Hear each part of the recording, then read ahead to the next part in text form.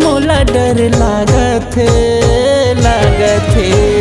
झाड़ लागत मोला झाड़ लागत ई मोर बाबू सोना झाड़ लागत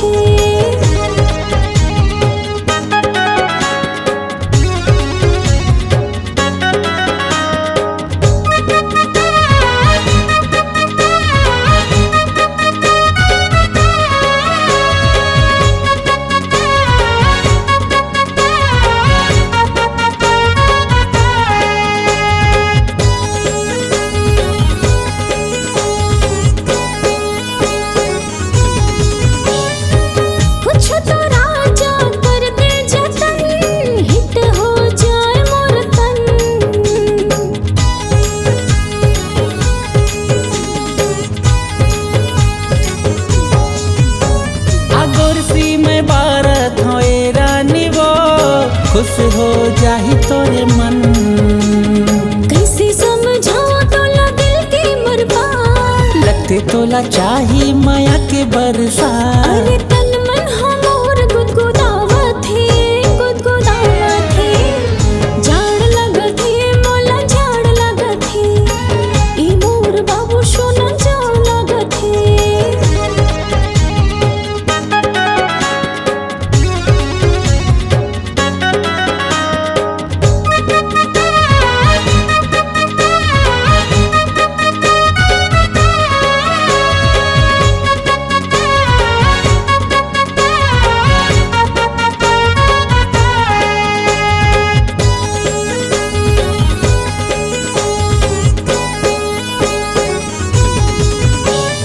समझो इशारा तोरे रानी मोर बगिया मा फूल में खिला हूँ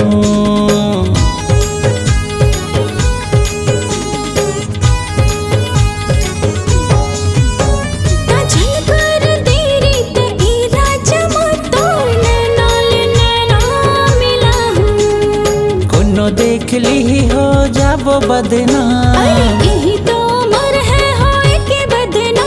अरे मती हमोर छरियावत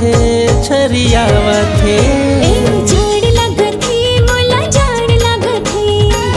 ई मोर बाबू सोना झाड़ लागत दिला दे मोला गर्मी मिटा दे मोर सर्दी अंग अंग हमोरे कापत कंबल ओढ़ावो का तोला रानी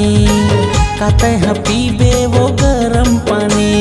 झाड़ लागत मोला झाड़ लागत ई मोर बाबू सोना झाड़ लागत